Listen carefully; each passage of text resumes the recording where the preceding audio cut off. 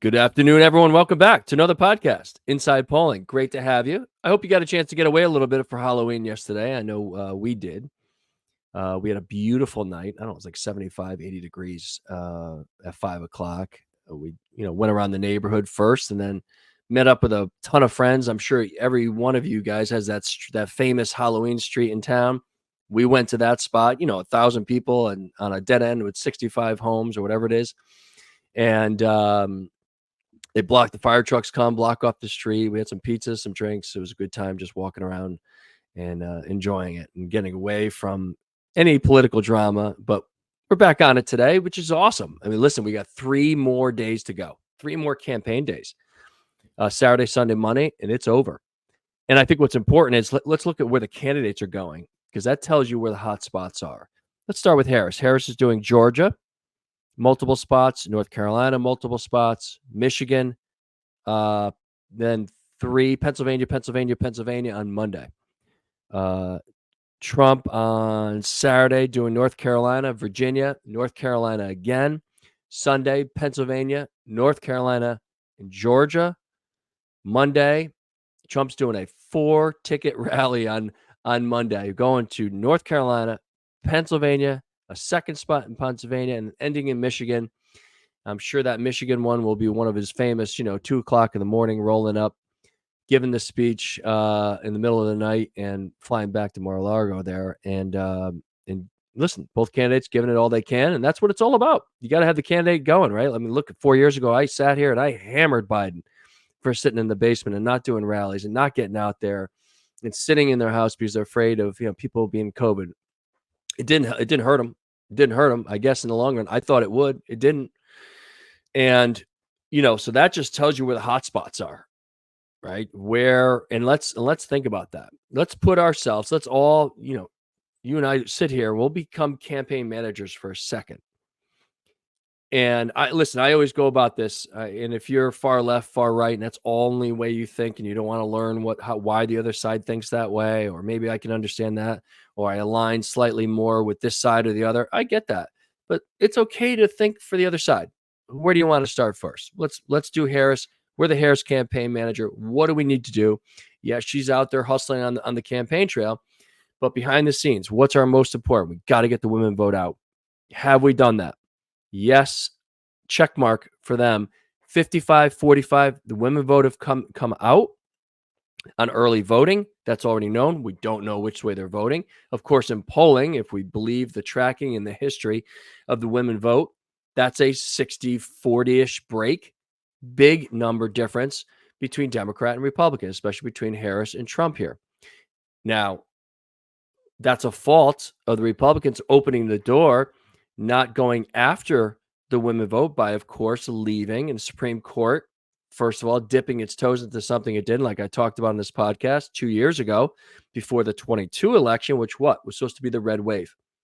Just a commanding lead in the House seats for the Republicans and Senate seats. A governor didn't happen.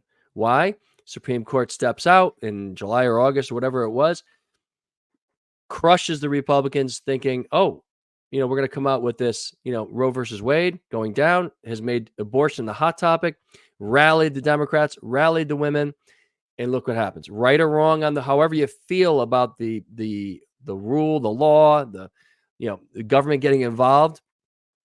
I don't believe they should. I stated that 2 years ago. Just my opinion. Doesn't mean I'm right, guys. But here's the point. You're going to get involved in politics. You're going to mention it as a Republican. That word, abortion, should be scratched off any brain of any candidate, female and male, in the Republican Party. Doesn't mean you don't have to have your beliefs. And you can say that. My belief is X. I don't think the government should be involved. Why? Okay, so that's where they open the door. So go back to Harris now, right? So that's a mistake by the Republicans. Harris takes advantage. And what happens? They come through. 55% of women came out. Now, if I had sat here today and I said, men have come out 55-45 over women, what are you saying right now to your home? Great job by Trump. Got out the vote of his person that he needs to, but they haven't. Democrats winning, check number one. Number two, inner city. They have not motivated the inner city. And the old theory is, hey, I'm a Democrat, vote for me. That doesn't work anymore in today's world, right? That doesn't work. The black vote, Hispanic vote, whoever it may be, are saying to themselves, what are you talking about? Why do I have to vote for you because you're just a Democrat? What have you done for me versus the Republicans? Let's evaluate who's done a better job. How are the inner cities looking? Has anybody been to Chicago lately? Portland lately? Right? Philadelphia lately? You want to go to New York City? Where else you want to go in Democrat-run cities? Not done a good job. And that hurts. Black, Hispanic, inner city people don't like the way their city looks. Failure by the Democrats on that topic. If she loses, that's a portion. Let's talk about Arizona and Nevada. She's left that hanging. You've heard me say that, right? She's left that. The campaign has said, let's do the blue wall. Let's do the blue wall. The Hillary blue wall, right? Michigan, Wisconsin, Pennsylvania. We win all three, they win. Absolutely correct. Why are we even bothering out there? Hey, if we win, that's great. That's bonus. Let's leave it out there. Let's see if Trump can actually do it. Nevada's never gone to Trump. What do we have to worry about? That's probably in our pocket already. Okay. So Harris campaign, successful on the women vote, not done a good job in the inner city vote. Not done good with the border. Let's be honest, both sides. You all can say yes, that's correct. Doesn't matter who you are. And has left Arizona and Nevada up by itself, taking it, for granted a little bit, in my opinion. Now we go to Trump, blew it on it's all the whole Republican Party, blowing it on the abortion topic, having candidates talk about it in this nomination primary process. Wrong. Supreme Court getting involved, thinking they were doing a good thing. Wrong. Right? Has opened that up. Now you're paying the price. You're paying the price for talking about abortion. If you're okay with it, and that's where you feel strongly, don't feel like you're going to get elected. Okay? Don't think you're going to run on that ticket. That's not going to work in most of the country. Let's talk about Trump getting out the vote. Have the mails come through so far? No. Have the Republicans done an incredible job getting out the early vote? Absolutely amazing. Right? It's learning, strategic learning, abortion, strategic learning, the wall or letting people in, strategic learning. Do you think the Democrats will ever do that again? Big mistake, right? You think you move to one side or the other, but you pay the price. There's a price to be paid for every decision. Democrats blew it on the wall. You're paying the price right now. If you lose Arizona and Nevada and you end up losing the election, you paid the price. You're saying it. Just like Republicans with abortion. It's 50-50. This is not a party decision. I'm talking as a middle person. And I think hopefully everybody listening, no matter who you are, would nod and say, you're right. You're right. Okay. It's okay to say you're right. And someone's going to lose, by the way, guys. Someone's going to lose. And it's okay to think about both sides. Right. So now Trump done well with the inner cities, connecting, going after the inner cities, trying to get the black vote. Trump going out there for the youth vote.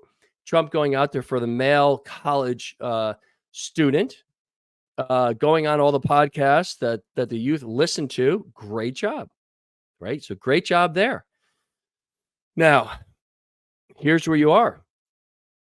Who's going to win the battle over the next 3 days on getting their vote out? Are the men going to show up to vote? Are the men going to match? Well, they're never going to match women 100%. It never is. Women always outvote men. But are the men going to come on election day? That's the big question. So we're in both camps. You can, right? We're huddled up in one room and there's 3 or 4 of us strategically thinking, this is what we have to do. Male votes, continue to push the female votes. Let's get the inner city vote out for Harris and for Trump. Male vote, maybe suburban, middle class, blue collar women, get them out. This is the push that's going on everywhere in all the states. With that, I want to talk about, now that we discussed where they're going and what they're probably thinking about, right? If all of us, you and I, were sitting here, how would we do it on a board? It doesn't matter if you're a staunch MAGA person. We could sit there for a Harris campaign and draw it up quickly. It's not genius. You don't have to be a genius to figure these things out. But here's what has changed. We've had a big change in the last 48 hours. It's been in the betting markets. It's been in the polling. Now, it's tough to see when I'm reading these numbers, and it still feels like Trump has that momentum, which he has in the past 3 weeks, stretching maybe almost to a month of stopping Harris and then taking over. And I sat here and said, Harris needs to stop Trump's momentum, has to stop it before you even try to pick up at the end.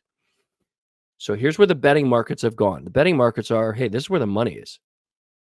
48 hours ago, Trump had a 64% chance of winning on Kalashi, which is a betting market that people could put dollars, and now it's 56. It's dropped 8 percentage points in 48 hours.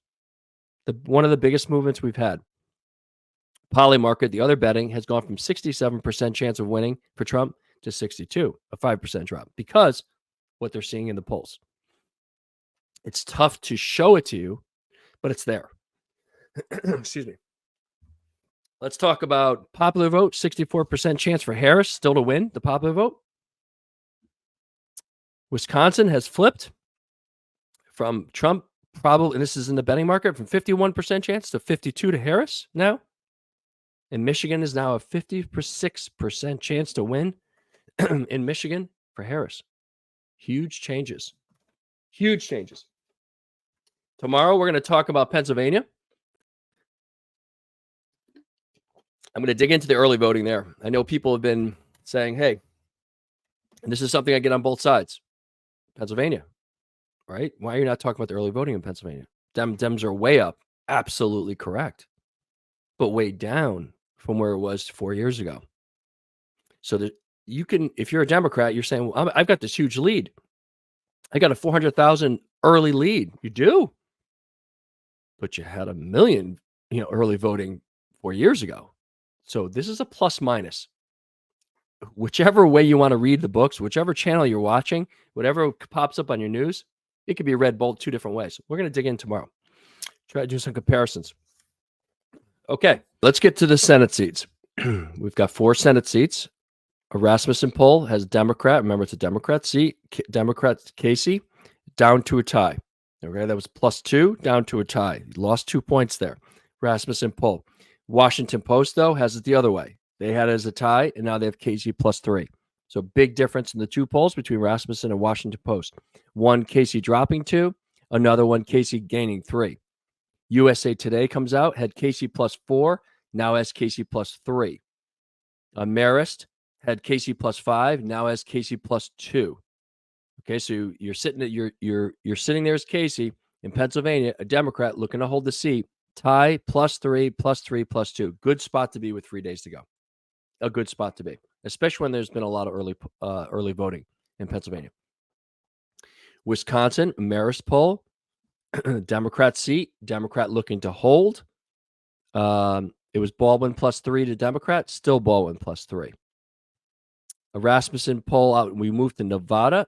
I've got 3 polls for you for Nevada. Rasmussen has Rosen the Democrat, Rosen Democrat, Rosen Democrat seat, Rosen 3 to a Rosen 9. Think about a Rasmussen poll. You're the Republican, and the Democrat just went up by 9 in a Republican poll. Emerson had a poll, had Rosen +8 before, is now Rosen +4. Losing 4 points, but still a good number at Rosen at 4. It looks like Rosen's going to keep this seat in Nevada and hold one for the Democrats. There's another one, SP and R. Has not done a poll before, has Brown, the Republican, leading by 1. So we have a poll. The latest polls. Rosen +9, okay, the Democrat. Rosen +4, and Brown, the Republican, up by 1. Okay, so outlier, obviously the Rasmussen at 9 and the Brown, it's probably, you'd want to be Rosen in this spot right now, sitting probably around 4. Matter of fact, the average, I'll pull up the averages in a little bit. Michigan, we have a Marist poll. That's Democrat seat, looking to hold that seat. Before, Marist had a poll at Slotkin +7. Now Slotkin +6. Good poll for the Democrats there in Michigan. Another Detroit Free Press did not do a poll before, had Slotkin up by 5. So we're looking at a +5 and a +6 for Slotkin out there. Democrat seat, looking to hold a Democrat Senate seat there. Okay, so those are good numbers for the Democrats, pretty much right across the board on that.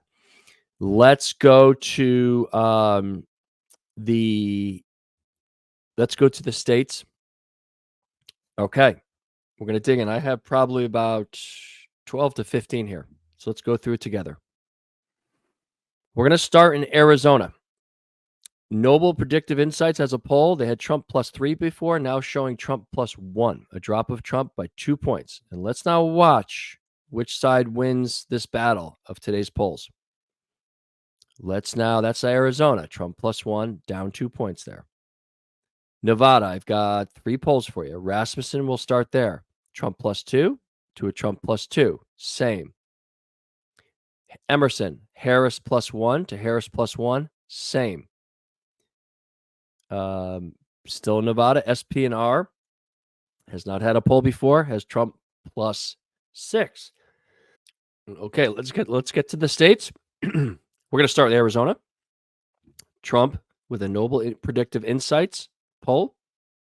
Before it was Trump +3, now Trump +1. That's a drop of 2 points for Trump. Nevada, I've got 3 polls for you. Let's start with Rasmussen. It was Trump +2. It's still Trump +2.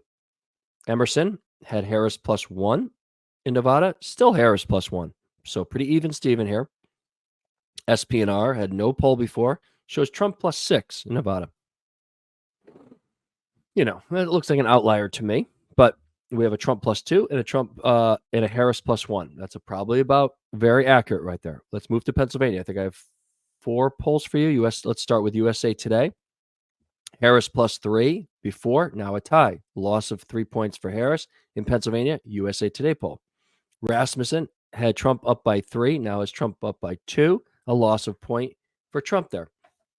Marist had it as a tie before, now has Harris +2 in Marist in Pennsylvania.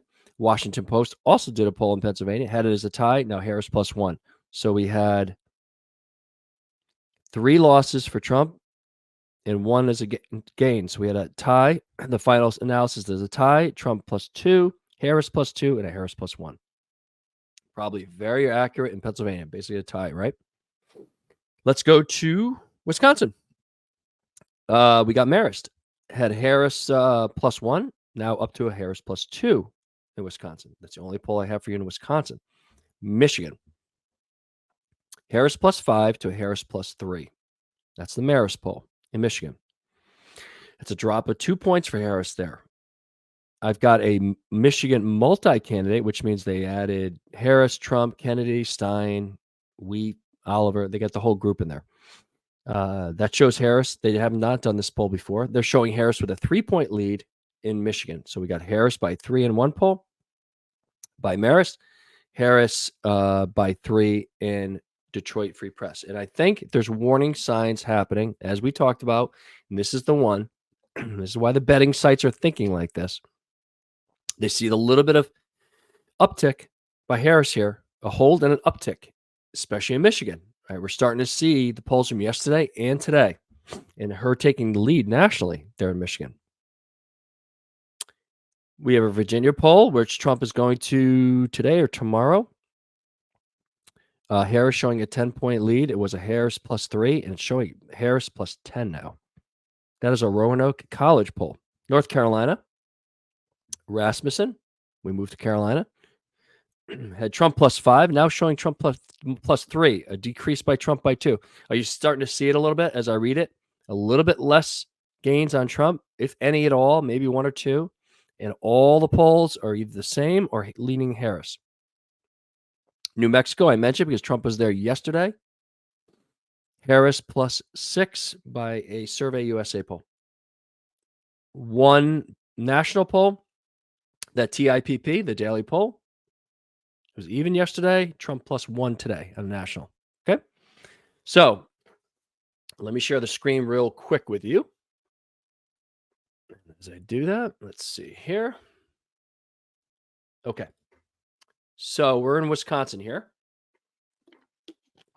All right. We're going to look to the right on the screen if you guys can see it. We're going to start nationally. Trump holding on to that 0.3 over here on the right. Top battleground states, Trump is over on the average of all the battlegrounds, up about 1. I know you're never going to read this part of the screen, but I just want to show you where we were 4 years ago and 8 years ago. Nationally, Biden had about a 7.9 lead. 8 points. Clinton had about a 1.5 point lead. Okay, at this point in the polls. Wisconsin, Clinton had about a 5.5 lead. Going on this exact day, 4 days ago, Biden had about a 7-point lead.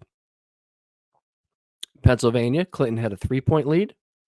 Biden had about a 3.5-point lead. Ohio, which we could skip. Michigan, Clinton, 5.5-point lead. Biden, 6.5-point lead. Arizona, Trump had a 4-point lead in 16 and had a lead going into 20 and lost. His lead at the time in the polls was 0.6 and lost in Arizona. Nevada, Trump had a lead by 2, lost in 16. Biden had a 4-point lead in Nevada and won. In North Carolina, Trump had a 1-point lead in 16 and won. Biden had a 1.2 lead in 20 with 4 days to go and lost. Georgia, Trump had about a 4.5-point lead in 16 and won.